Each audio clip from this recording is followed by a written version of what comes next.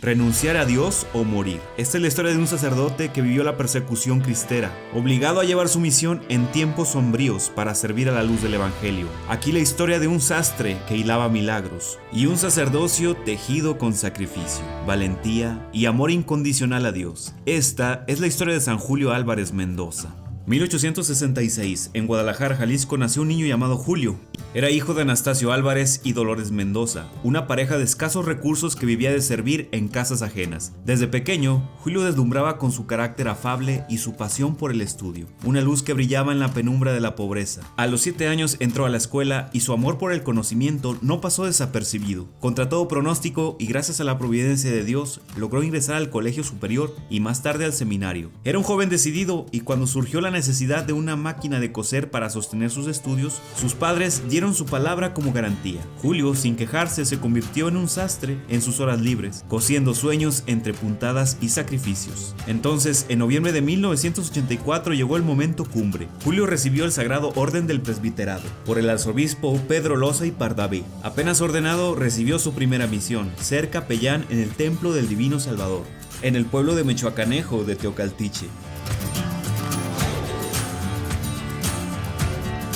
Sin demora dejó Guadalajara y se presentó ante el señor cura Faustino Rosales en Teocaltiche. El anuncio de su llegada corrió entre los vecinos, quienes sin saberlo se preparaban para recibir a un hombre que marcaría una época. Así comenzaba el viaje de Julio, no solo hacia un nuevo destino geográfico, sino hacia el cumplimiento de un propósito más grande. En Mechoacanejo fundó cofradías, administró sacramentos y recorrió grandes distancias para llevar consuelo a los enfermos, según los testigos. Su devoción al Sagrado Corazón y a la Virgen de Guadalupe era ardiente. Emprendió y levantó capillas en rancherías como El Salitre, Yáñez, Rancho Mayor, El Rosario. Testigos vieron cómo en pleno invierno se quitaba su propio abrigo para cubrir a la gente pobre. Cabalgaba bajo el sol para llevar auxilio a enfermos y en las noches su aguja de sastre danzaba entre la tela, confeccionando vestimentas que nunca vendía, sino que regalaba con una sonrisa o que daba al menor precio posible. Pero en 1926 la persecución religiosa encendió la región, así comenzó la cacería de sacerdotes. Muchos de ellos huyeron, pero él no. Durante años, el padre Julio Álvarez no solo administró sacramentos en Mechoacanejo y en sus ranchos vecinos, también ofrecía consuelo,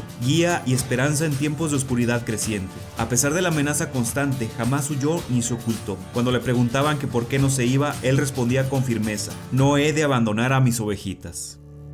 San Julio era un hombre de paz, contrario a la lucha armada. Advertía: ni ustedes ni yo veremos el final de esta persecución a la Iglesia de Jesucristo. Solo Dios decide cuánto poder tendrán estos hombres. Si son verdaderos católicos, oren sin cesar. El sábado 26 de marzo de 1927 a las 4 de la tarde llegó el aviso. Alrededor de 50 soldados federales salían de Teocaltiche rumbo a Mechoacanejo. El peligro era inminente. Julio, ya empacando para una visita al rancho del Salitre, decidió partir de inmediato. Dio instrucciones rápidas a sus acompañantes: no salgamos juntos, no llamemos la atención, no hay tiempo que perder. Antes de marchar se arrodilló frente a un crucifijo, oró durante 5 minutos. Luego, con el corazón encendido en fe, emprendieron la marcha junto a sus 2 acompañantes. Caminaron por veredas cubiertas de jarales y huizaches, pero a unos 300 metros una camioneta militar apareció encima de la loma. El padre y sus acompañantes se vieron rodeados por la amenaza. "Padre, siga usted por donde el monte es más espeso", le dijeron. "Escóndase, nosotros lo distraeremos".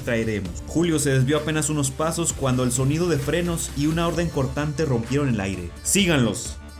Valientemente sus compañeros salieron del monte para llamar la atención de los soldados. Se dejaron capturar buscando ganar tiempo para que el padre huyera. Mientras eran interrogados, un rayo de esperanza pareció surgir hasta que un teniente señaló entre los arbustos y gritó: "Mire, coronel, ahí hay otro". El señor cura fue descubierto. 2 soldados lo traían escoltado mientras él, con serenidad, saludaba a todos. "Parece cura", dijo el teniente.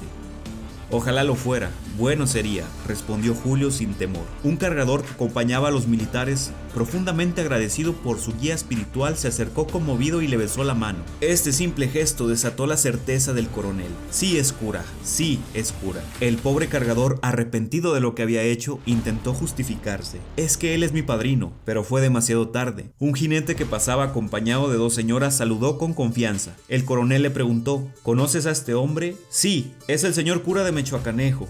Con eso bastó, y el coronel no dudó. Nos vamos de inmediato a Aguascalientes, los 3 vendrán conmigo. Registraron a los detenidos. Entre las pertenencias de Julio encontraron solo hilo, un crucifijo y unas pocas cosas más. Lo colocaron en el centro de una camioneta, rodeado de soldados ebrios que cantaban obscenidades, sin el más mínimo respeto por el prisionero. Esa noche en el municipio de Villa Hidalgo fue una tortura, encerrados en la celda más fétida, sin comida ni descanso. Apenas podían respirar, no se les permitió salir ni recibir ayuda. Los intentos por liberarlos fueron en vano. Trasladados a Aguascalientes, se repitió el suplicio. Ningún recurso logró salvarlos. Fueron llevados a la estación de ferrocarril, sentados entre 2 soldados como criminales. El padre Julio, con un corazón enfermo y agotado, pidió poder permanecer de pie, lo que le fue negado. Le permitieron apenas arrodillarse. Así permaneció por 2 horas, orando en silencio, orando por sus compañeros, por sus enemigos y por su alma. No habían probado agua ni alimento desde el día anterior. Suplicaron por pan y agua o por algo. Un soldado prometió ayudar, pero no cumplió.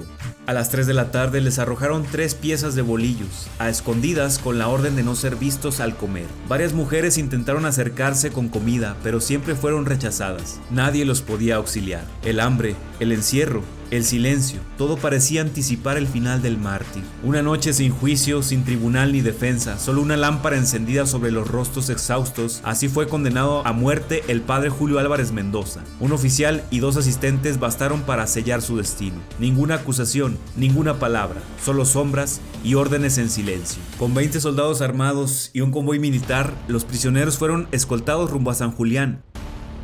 Mientras tanto, en Mechoacanejo la gente no se quedó con los brazos cruzados. Formaron una comisión y viajaron hasta Aguascalientes buscando una forma de salvarlos, pero ya era tarde. Lo único que supieron fue que los habían llevado rumbo al sur. Después el rastro se les perdió. Los días y las noches de tortura dejaban sus marcas. Sin alimento, sin sueño y sin esperanza aparente, los hombres rotos físicamente pero no en espíritu se sentaron en el suelo. Estaban recargados en la puerta de una tienda cuando una voz de un joven interrumpió la oscuridad. Señores, una señora les manda esta comida. Fue un acto de compasión. Más tarde supieron que venía del general Limón. Un respiro breve, un pan con sabor de dignidad. El capitán García llegó después de unos minutos. Se detuvo frente a los presos y su sombra alargándose sobre ellos como un presagio. Vengo a darles una noticia, dijo sin alterar el tono. Su dedo apuntó primero al señor cura, luego a Gil González, su amigo. Ustedes serán fusilados. El otro no, es menor. Ni una explicación, ni un porqué, solo el veredicto seco, como el disparo que pronto cruzaría el aire. El capitán se retiró con la misma frialdad con la que había llegado.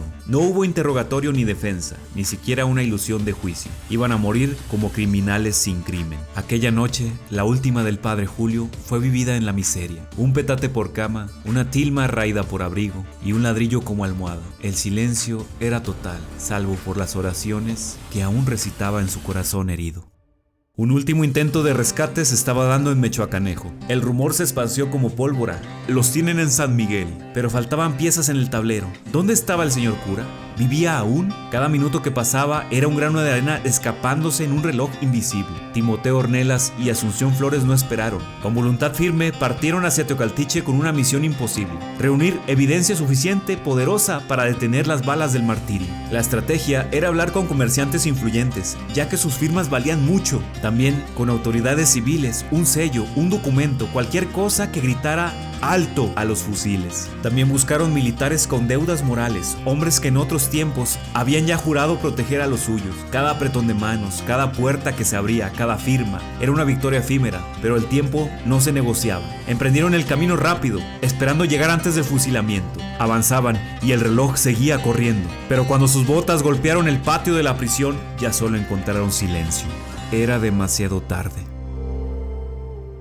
Pero en su fracaso, algo había cambiado. El pueblo, al ver su lucha, ya no recordarían al cura como un reo, sino como un mártir, y así contaron lo sucedido. El día del fusilamiento, el capitán García llegó presuroso, casi agotado, como si él mismo luchara contra las órdenes que no podía negar. Muchachos, hice todo lo posible, pero no pude salvarlo, dijo refiriéndose al cura. San Julio Álvarez Mendoza lo miró en silencio, luego la pregunta inevitable: me van a matar, ¿verdad? El capitán encogió los hombros, con un gesto casi de disculpa. Esa es la orden que tengo. San Julio pidió hablar, un último derecho de hablar, y el capitán asintió. Entonces, con voz serena pero firme, como si ya estuviera más allá del miedo, San Julio pronunció sus últimas palabras: Voy a morir inocente porque no he hecho ningún mal. Mi delito es ser ministro de Dios. Yo les perdono a ustedes.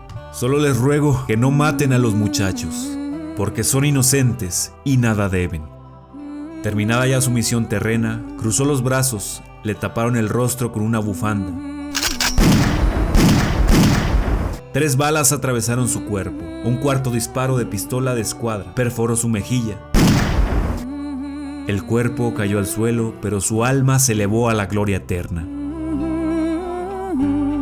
Uno de los presentes, con voz temblorosa pero llena de una extraña certeza, murmuró: el cielo concedió a este pueblo la gracia, que un mártir regara con su sangre este lugar, algo que no se le da a cualquiera. Y así fue. La sangre de Julio no fue derramada en vano. Los habitantes, reconociendo su muerte como algo sagrado, le dieron un velorio digno, un entierro honroso. Su cuerpo cayó ese día, pero su legado se alzó como un estandarte silencioso, porque incluso en la injusticia más oscura hay quienes mueren iluminando el camino para otros.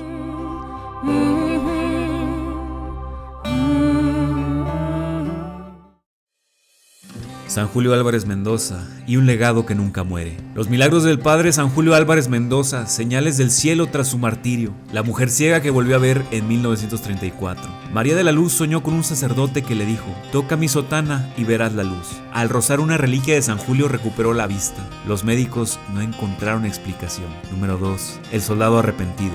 1929. Uno de sus verdugos, llamado Ramón, fue atormentado por pesadillas hasta que vio al mártir en una aparición. San Julio le dijo: aún hay misericordia para ti. Se confesó, cambió de vida y pidió perdón a la familia del sacerdote.